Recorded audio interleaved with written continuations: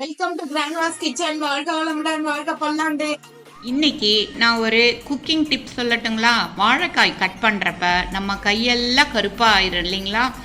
அப்போ கையில் லைட்டாக எண்ணெய் ப்ளஸ் உப்பு ரெண்டையும் சேர்த்து தேய்ச்சிக்கிட்டு கட் பண்ணோம்னா நம்ம வாழைக்காய் கரை கையில் படவே படாதுங்க, கருப்பும் ஆகாதுங்க.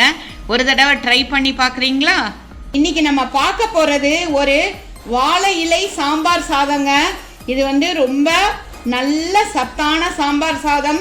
சாதத்தில் ஆல்ரெடி நம்ம பருப்பு சாதம் எல்லாம் போட்டிருக்கோம். புரோட்டீன் ரிச்சாக இருக்குது.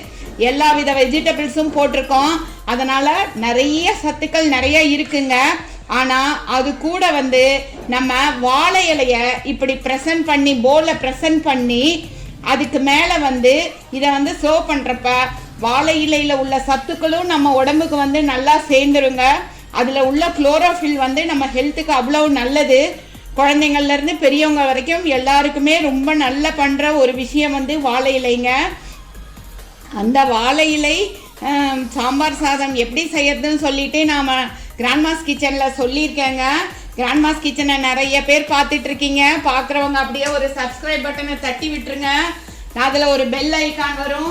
ஆள்னு போட்டிங்கன்னா நம்மளோட 200 வீடியோஸும் சூப்பராக சுவையாக வந்துருங்க. இந்த வாழை இலை சாம்பார் சாதம் இவ்வளோ மாத்திரம் கிடையாதுங்க. இதுக்கு மேலே மணத்தக்காளி வத்தல் இருக்குது பார்த்தீங்களா? இதை அப்படியே டாப்பிங் ஆட்டம் பொடி பண்ணி போட்டுடலாம். லைட்டாக இப்படி மணத்தக்காளி வத்தலை வறுத்து அது மேலே போட்டு விட்டுறலாங்க. ஆனியன் ராவாக இருக்குது இல்லைங்களா? அதையும் கொஞ்சம் லைட்டாக போட்டுடலாம். போட்டுட்டு அப்பளம் இருக்குது இல்லைங்களா?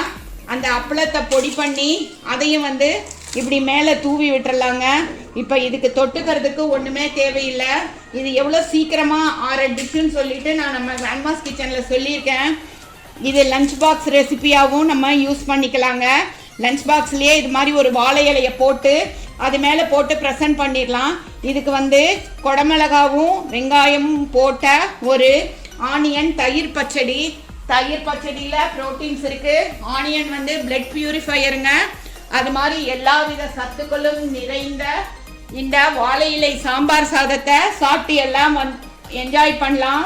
இப்படி நல்லா சுட சுட போட்டு இப்படி மூடிடலாங்க. தேங்க்ஸ் ஃபார் வாட்சிங் அவர் கிராண்ட்மாஸ் கிச்சன். எல்லாரும் பார்த்து என்ஜாய் பண்ணுங்க. தேங்க்யூ.